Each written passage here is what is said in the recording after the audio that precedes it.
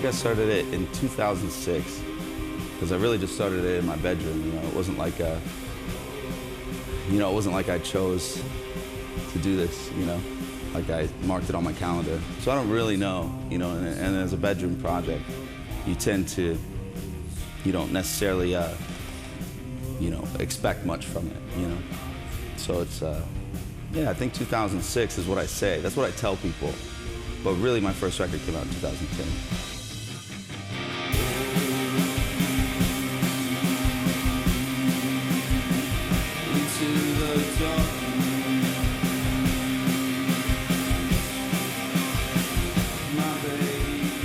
I guess my first real band was a band called M2, which was a hardcore band.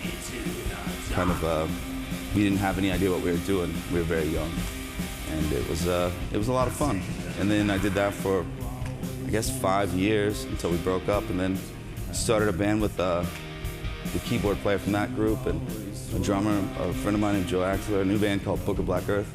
And I did that band for about 5 years. That was a death metal band, sort of black metal, death metal band. And did that until I got sick of moving big amps around, and then I started this band.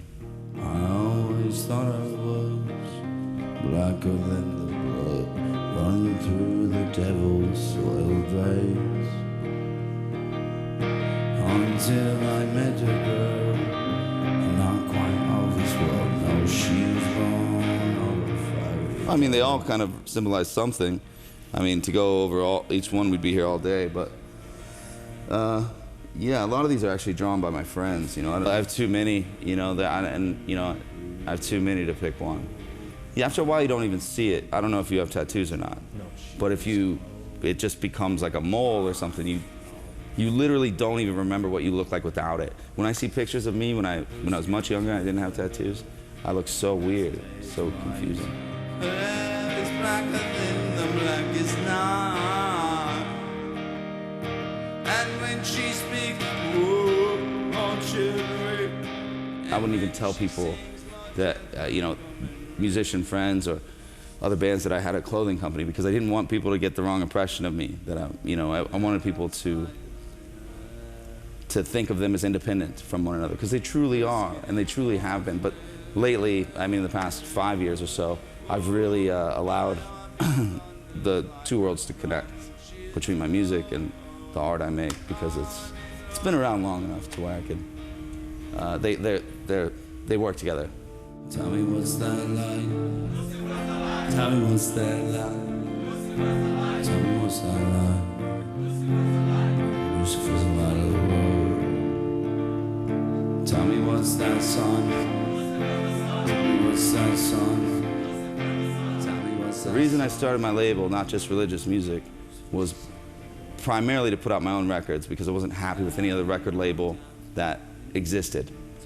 I was happy with the record label I was on, Deus Records, but I didn't feel as though I needed a record label, because I had a warehouse already. I was shipping tons of stuff everywhere. You know, I didn't need to give somebody half of all that money. So I decided I'll just start my own record label. After I talked to, actually my drummer talked to Tootie from Dead Moon. I don't know if you know that band. And she just said, do your own label. You know, she just recommended it to us. My drummer at the time, Joey. And he told me that, and I said, that's probably the best idea I've heard so far. It's better than trying to get on Sub Pop or something. I don't want to be on Sub Pop. You know, I don't want to, because I don't like a lot of other bands, you see.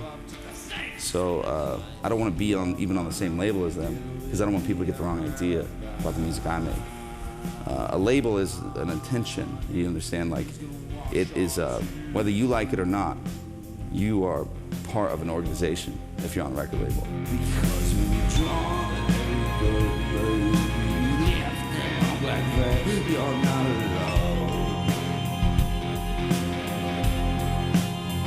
I would put a ring out on your finger, baby, to make you understand that you're not alone.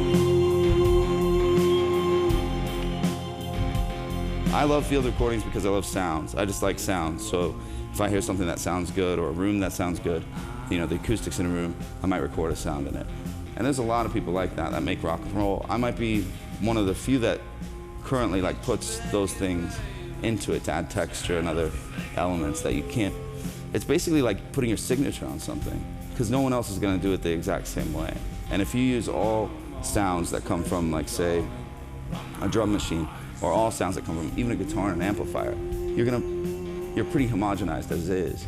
But if you put the sound of a field literally in Switzerland with birds and cows walking through it on a song, which I did on Fear, it makes it sound like something different. And that's, it's a very easy way to bring something to life and to give it a life of its own.